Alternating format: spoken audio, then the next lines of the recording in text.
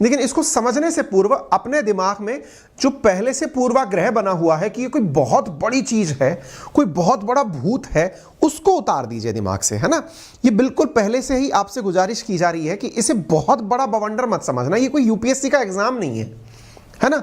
ये मंडी है। बस इस मंडी के अंदर जो ट्रेडिंग है, यानी कि इसमें जो ट्रेडिंग शब्द से भी आप बिल्कुल अपने आप को किनारा कर दें।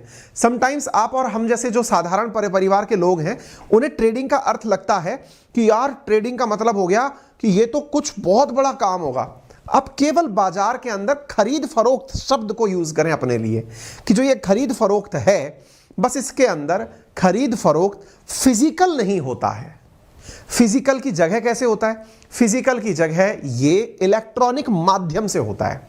यानी हम आज एक ऐसे बाजार में एंट्री कर रहे हैं जिस बाजार के अंदर माल बिक रहा है, लेकिन वो बिका हुआ माल खरीद फरोख्त टोकन्स के रूप में हो रहा है, हार्ड पीस के रूप में नहीं हो रहा है।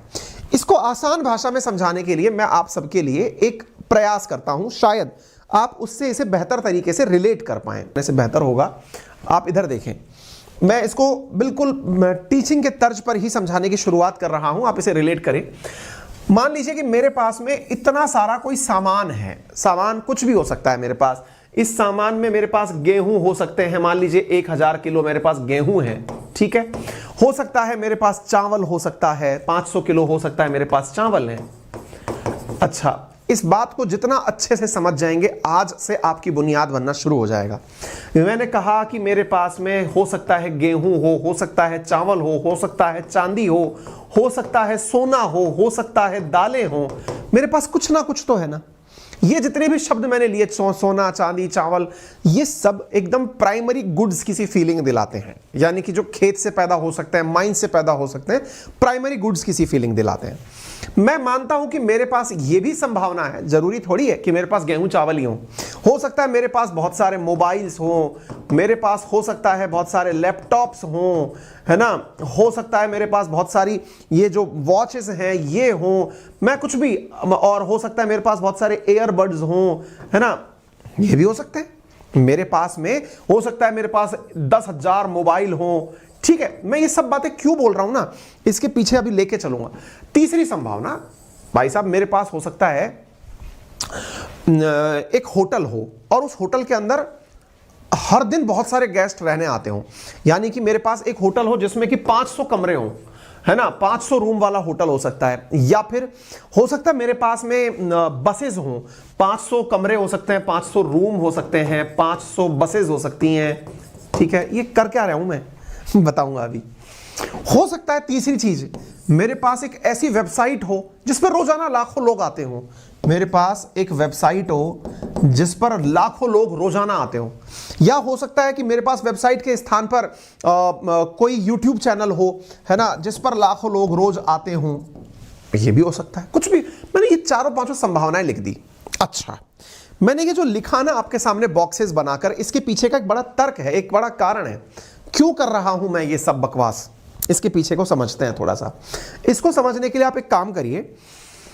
मैंने आपसे ये कहा कि एक काम करो भैया, आप मान लीजिए अंकित अवस्थी हो। बोले ठीक है। बोले सर इतने पतले तो नहीं हो आप, रेफरेंस में मान रहे हैं कि मान लीजिए कि ये अंकित अवस्थी हैं।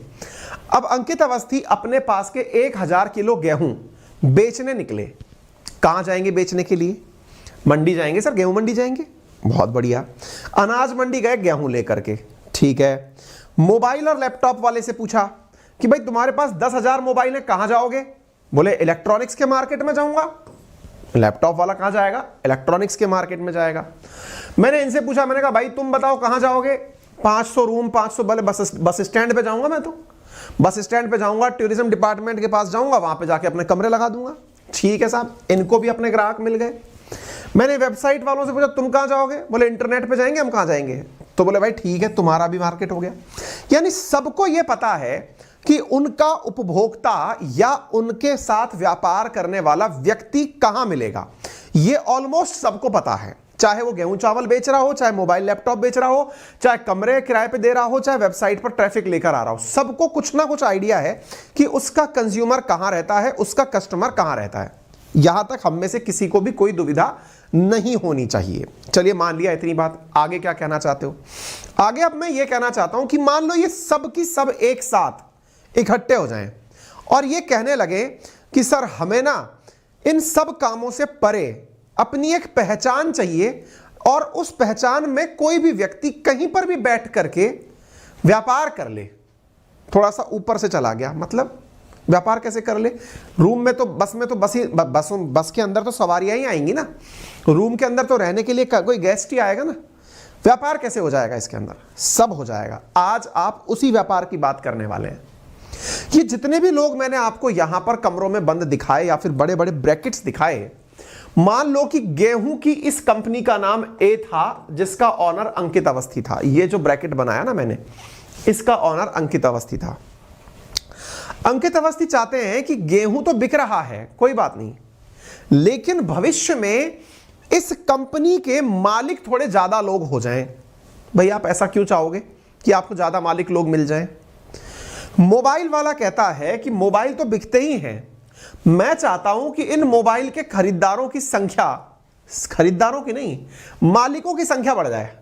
बोले गजब आदमी हो सर, गेहूं आपका वहीं की वहीं है, मोबाइल आपके पास उतने की उतने हैं, आप कह रहे हो मालिक बढ़ जाएं। मैंने कहा देखो दुनिया अलग तरीके से चलती है, यही तो शेयर मार्केट है। आप क्या बोलते थे? सर मेरे पास 500 बस हैं, 500 रूम है। बोले कौन है मालिक? बोले सर ये व्यक्ति है, मिस्टर XYZ कुमार। बोले बहुत बढ़िया। तो बोले ये जो XYZ कुमार हैं अभी तक कर क्या सकते थे? 500 की जगह 1000 बस कर देते। ये अभी क्या कह रहे हैं?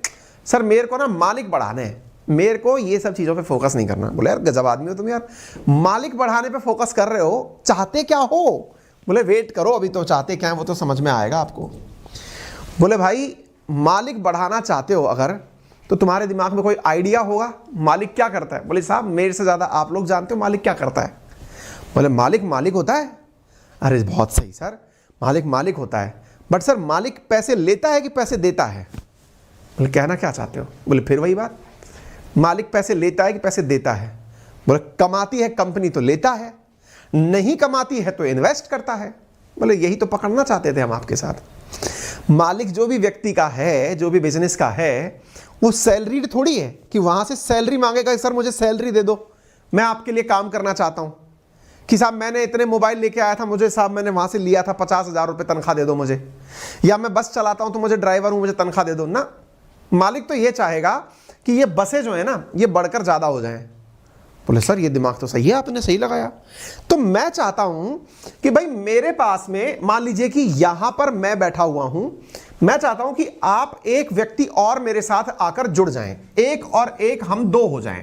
बोले ठीक है सर। फिर जो ये नया व्यक्ति आएगा ना, इससे मैं कहूंगा देख मैं तेरे को मालिक बना रहा हूं ना। बोले हाँ। मैं अपने धंधे में तेरे को शामिल कर रहा हूं ना। बोले हाँ। तो भाई सुन, जब तेरे को मालिक जैसा मैं सुख दूंगा तो बदले में क्या देगा? बदले में क्या? बोले क्या रिश्ते मतलब टू वे होते हैं क्या? बोले एग्जैक्टली। जब भाई मैं अपनी कंपनी में 500 बसों की कंपनी है मेरे पास, 500 रूम का मेरे पास होटल है, उस कंपनी में तेरे को मालिक बना रहा हूं। तू क्या समझ रहा है मैं तेरे को बस बिठा करके कि तू बैठ जा भाई फील ले तू मालिक है? ऐसा नहीं है बेटा। मालिक शब्द जिम्मेदारी के साथ आता है। बोले हाँ सर बताओ क्या दोगे जिम्मेदारी में? बोले जिम्मेदारी में यार तू बता क्या चाहता है, क्या देगा तू? बोले भाई साहब मैं थोड़ा पैसा दे दूं आपको। बोले हाँ ठीक है, हाँ ये ठीक है। कितना पैसा देगा? बोले भाई साहब एक काम करो, मुझसे आप 10 करोड़ रुपए ले लो। ठीक है, 10 करोड़ रुपए। किसने बोला? इस और व्यक्ति ने बोला। किसको बोला? इस व्यक्ति को बोला जिसके पास में इतनी बसें और इतने रूम थे। फिर लेकिन दिमाग आपका एकदम चकराएगा, यार ये 10 करोड़ रुपए दे तो रहा है, लेकिन 10 करोड़ रुपए देने के बाद मैं इसको क्या दूंगा? बोले मालिक बना रहा हूं ना। कितना मालिक बना तो रहे हो, लेकिन कितना मालिक बना रहे हो? कितना परसेंटेज का मालिक बना रहे हो? पूरी कंपनी का बना रहे हो? 50% का बना रहे हो? 70% का बना रहे हो? कितना मालिक बना रहे हो? तो बोले यार इसके लिए तो मुझे सबसे पहले अपनी इस कंपनी की वैल्यूएशन करानी पड़ेगी कि मेरी कंपनी है कितने की। तो बोले एक काम कर, 500 बस है, एक बस पकड़ ले 500 मतलब 10 लाख रुपए की है। बोले ठीक है, 10 लाख के हिसाब से तेरी अपनी वैल्यू निकाल ले। जो वैल्यू आएगी तेरी बसों की कीमत हो गई, ऐसी तेरी कमरों की कीमत निकाल ले, उसके हिसाब से ये 10 करोड़ जितना भी होता है उतनी परसेंटेज में वैल्यू दे दे। मान लो कि ये सब इसकी होटल फोटल मिला करके 100 करोड़ रुपए का माल था इसके पास, होटल और बसें मिला करके इस व्यक्ति के पास 100 करोड़ का माल था। आपने इससे क्या कहा कि तू 10 करोड़ रुपए दे दे मेरे को, आपके पास माल यहां रखा है, आपने इसको 10 करोड़ रुपए देने की बात की कि 10 करोड़ मुझे दे दे। आपने 10 करोड़ जैसे ही दिए, इसने आपको कंपनी का 10% का मालिक बना दिया, 10% का मालिक बना दिया इस व्यक्ति को। क्यों? क्योंकि 10वां हिस्सा दिया है इसने। 10वां हिस्सा दिया है तो फिर फायदा क्या हुआ? फायदा क्या हुआ भाई? तो इन रूम को किराए पे चला के, बस को किराए पे चलाकर जब महीने की महीने पैसे आते हैं तो उसका 10वां हिस्सा तुम भी ले लेना। जब 10% के मालिक हो तो महीने की कमाई जब आएगी या साल की जो कमाई आएगी या फिर जीवन भर का जो लाभ निकल के आएगा या कभी कल को ये बिकेगी तो उस समय का जो हिस्सा निकलेगा वो तुम ले लेना। इसीलिए तो मालिक बनना चाह रहे हो भाई। आपके पास में 100 करोड़ रुपए नहीं है कि मैं इतनी सारी बसें, इतनी सारी होटल एक बार में खरीद लूं। तो क्या करूं? मैं किसी बड़े आदमी के साथ अपना छोटा सा किराया रख दिया कि भाई साहब इतना सा हिस्सा मेरा भी डाल दो। बोले इससे क्या होगा? जब आप इतना कमाओगे तो उतना सा हिस्सा हमको भी दे देना उसका। इसी को पार्टनरशिप कहते हैं, अंग्रेजी में इसी को ही शेयरिंग कहते हैं। तो sharing is always caring. Sir अब तो ये मामला ऐसा जम गया है, मैं भी चाहता हूं कि मैं कोई ऐसा ही शेयर होल्ड करने वाला व्यक्ति बन जाऊं, मैं भी किसी कंपनी में ऐसे ही अपना चुन्ना सा पैसा दे करके साथ में जुड़ जाऊं। बहुत बढ़िया। सर ये कहां मिलते हैं सब? कौन सी चीजें कहां मिलती हैं? ऐसे लोग जो अपने साथ किसी को हिस्सा देकर जोड़ लेते हों, ये कहां मिलते हैं? इस मार्केट को ही शेयर मार्केट कहते हैं। जो लोग आपको आपके पैसे के आधार पर कंपनी में मालिक बना लेते हैं वो लोग शेयर मार्केट में मिलते हैं। वाह, शेयर मार्केट में इसका मतलब कोई भी व्यक्ति किसी को भी मालिक बना लेता है। हमने कहा आओ, कोई दिक्कत ही नहीं है, आप आओ मालिक बन जाओ। सर बच नहीं रही बात, एकदम ही ऊपर से निकल जा रही है। मैं मालिक कैसे बन जाऊं? मेरे पास तो 100 ही रुपए है, यहां 10 करोड़ का मामला चल रहा है। हमने कहा ये तो सामने वाला आपसे कह देगा कि भाई साहब 10% हिस्सा 10 करोड़ का है, 1% हिस्सा 1 करोड़ का हुआ।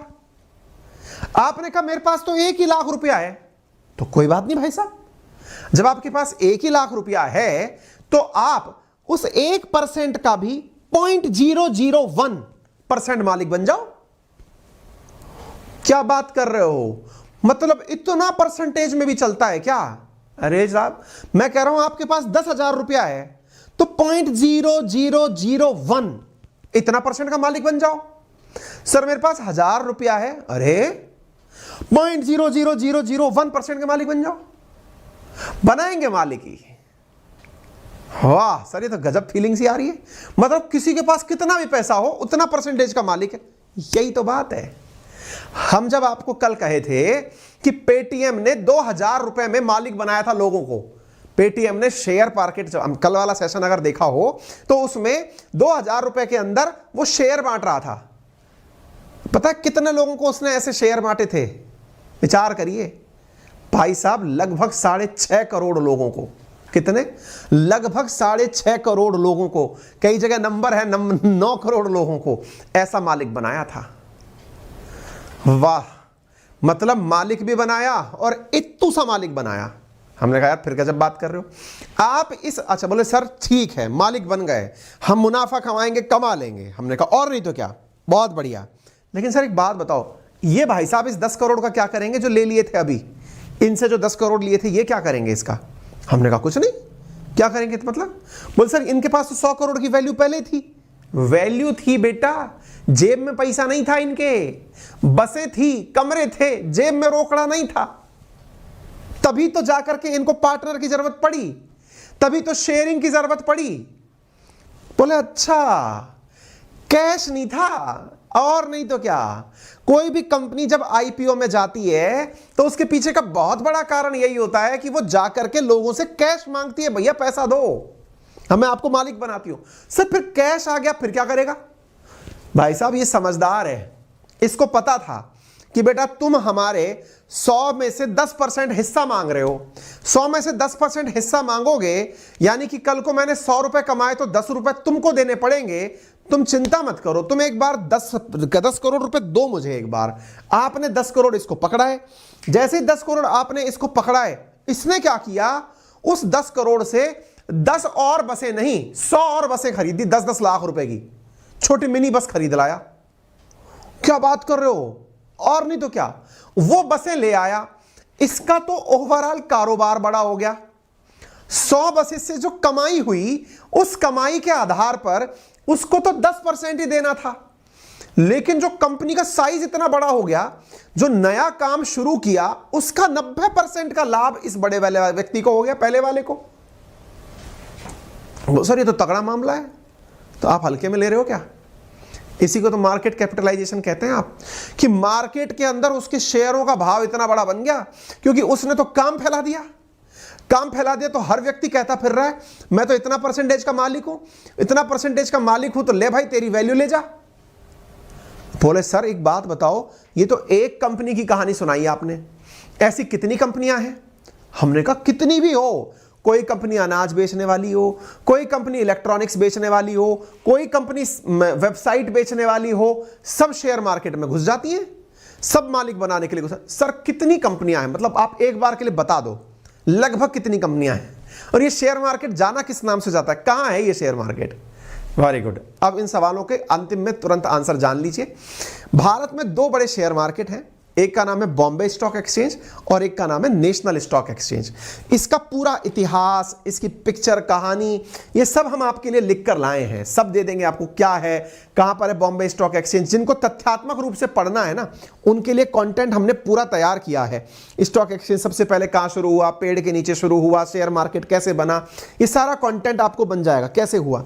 लेकिन आप मूल भाव को अगर समझ गए तो उस मूल भाव से आप अपने आप को कनेक्ट कर पाएंगे। तो बोले सर मार्केट है कहां पे इसके? हमने कहा एक मुंबई में ही है, दूसरा भी मुंबई में ही है। बोले हैं? बोले हाँ। एक का नाम बॉम्बे स्टॉक एक्सचेंज है, एक का नाम नेशनल स्टॉक एक्सचेंज है। बोले अच्छा, तो सर एक बात बताओ, इनमें कितनी कंपनियों के हिस्से बिकते हैं? बड़ा सवाल है भाई, बॉम्बे स्टॉक एक्सचेंज में कितनी कंपनियों का हिस्सा बिकता है? आप अंदाजा लगाइए कितनी कंपनियों का हिस्सा बिकता होगा, मुझे कमेंट बॉक्स में बता दीजिए। मैं आपके कमेंट्स देखकर अंदाजा लगा दूंगा कि आपको कितना आइडिया है कितनी कंपनियों का स्टॉक बिकता होगा बॉम्बे स्टॉक एक्सचेंज के अंदर। विचार करिए। तब तक मैं आपको कुछ तस्वीरें दिखा देता हूं, जो लोग विचार कर रहे हैं वो कमेंट बॉक्स में डाल दीजिए। इधर देखिए साथियों, ये जो तस्वीरें दिखाई दे रही हैं आपको, ये असल में मुंबई के अंदर वो पेड़ बताया जाता है जहां पर सबसे पहले लोग ऐसे ही अपने हिस्से बेचा करते थे कि तू मेरे हिस्से को ले ले भाई। 1840 1860 के आसपास की बातें हैं।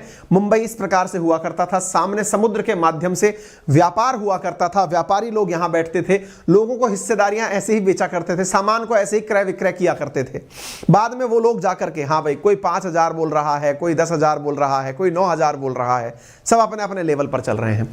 1600 कंपनियां लिस्टेड हैं इंडिया के बॉम्बे स्टॉक एक्सचेंज के अंदर, यानी कि 1600 ऐसी कंपनियां हैं जिनके स्टॉक्स यानी जिनके अंदर हिस्से आप परचेज कर सकते हैं बॉम्बे स्टॉक एक्सचेंज के माध्यम से। नेट पर प्राप्त डेटा यही कहता है।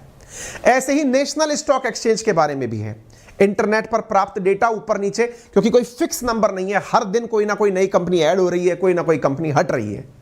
फिर आप पूछेंगे सर एक चीज बताइए, फिर ये सेंसेक्स क्या है?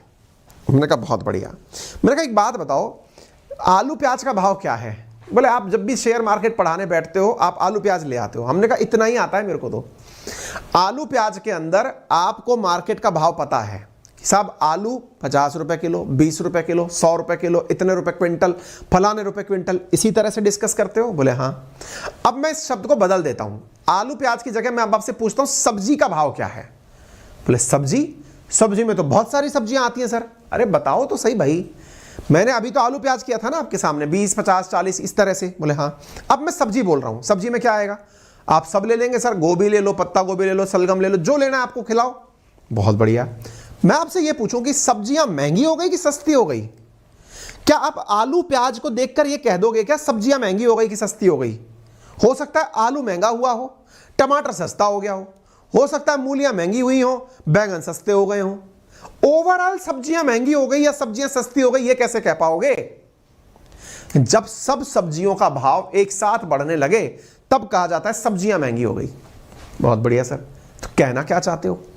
हमने कहा शेयर मार्केट में भी ऐसे ही हर कंपनी का हिस्सा महंगा बिक रहा है या सस्ता बिक रहा है, इसके आधार पर मार्केट तय किया जाता है कि मार्केट महंगा हो गया या मार्केट सस्ता हो गया, मार्केट चढ़ गया या मार्केट उतर गया। बोले मतलब यूं समझिए कि शेयर मार्केट में इसी चीज को संवेदी सूचकांक के नाम से जानते हैं, सेंसिटिव इंडेक्स, जिसे आप सेंसेक्स कहते हैं। बॉम्बे स्टॉक एक्सचेंज में इसी महंगाई की माप को नापने का तरीका, जो बाजार में आप महंगाई जिस शब्द को कह रहे थे, यहां पर वैल्यू जिस शब्द को कहा गया है उसे सेंसेक्स कहा जाता है।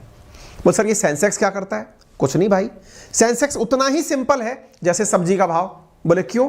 बोले भाई सब्जी का भाव ऊपर चढ़ गया, सेंसेक्स का भाव ऊपर चढ़ गया। सब्जी से क्या सेंसेक्स चढ़ता है क्या? नहीं। जैसे सब्जी मंडी में सब्जियां बिक रही हैं, ऐसे शेयर मार्केट में शेयर बिक रहे हैं। शेयर महंगे हो गए, सेंसेक्स ऊपर चला गया, शेयर सस्ते हो गए, सेंसेक्स नीचे आ गया।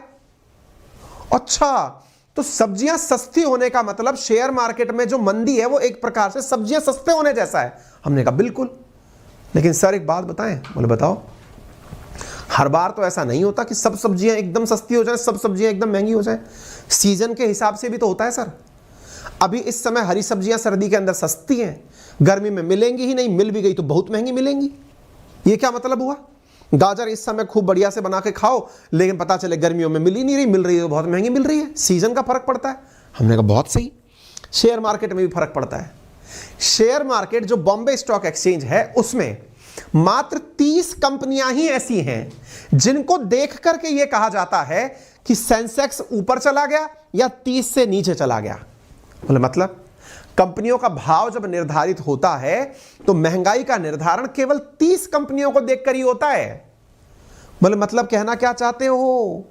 हमने कहा जैसे सब्जी मंडी में सब्जियां महंगी हैं या सस्ती, इसके लिए आप हर दुकानदार से जाके सब्जी नहीं पूछते, ठीक इसी प्रकार से बॉम्बे स्टॉक एक्सचेंज की जो 1600 कंपनियां हैं, इनके शेयर ऊपर हैं या इनके नीचे हैं, इससे तय नहीं करते। केवल 30 कंपनियों का सैंपल निकाल के कर लेते हैं।